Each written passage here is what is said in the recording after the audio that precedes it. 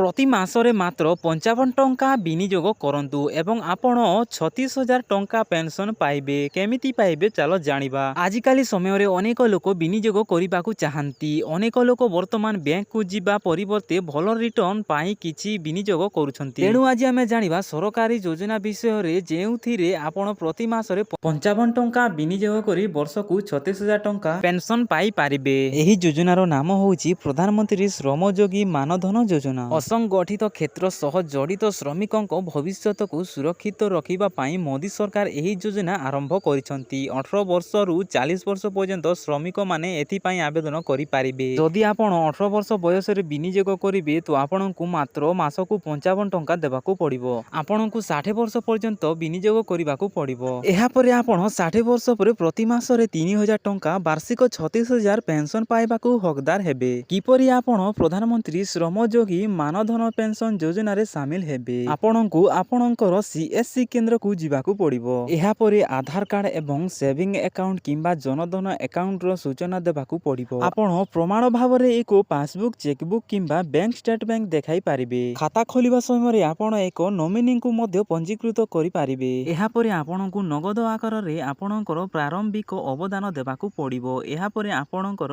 Account खोला जिवो एवं श्रमयोगी कार्ड मिलिबो। आपण एही योजना विषय रे जानिबाकू चाहुचंती तो 1800267688 टोल फ्री नंबर रे सूचना पाई पारिबे। आउ वेबसाइट माध्यम रे एही योजना सहित जड़ित सूचना करि पारिबे। असंगठित क्षेत्र रे कार्य करुथिबा श्रमिक मानक सुविधा पाई एही योजना आरंभ होईछि। एथि मध्यरु समस्त कर्मचारी माने एथिरे अंतर्भुक्त करि पारिबे। एही वीडियो रे एतिकी जानिबा प्लीज मो चैनल नुआ अछ तो चैनल को सब्सक्राइब कर दियो एंड वीडियो को लाइक शेयर कर दियो।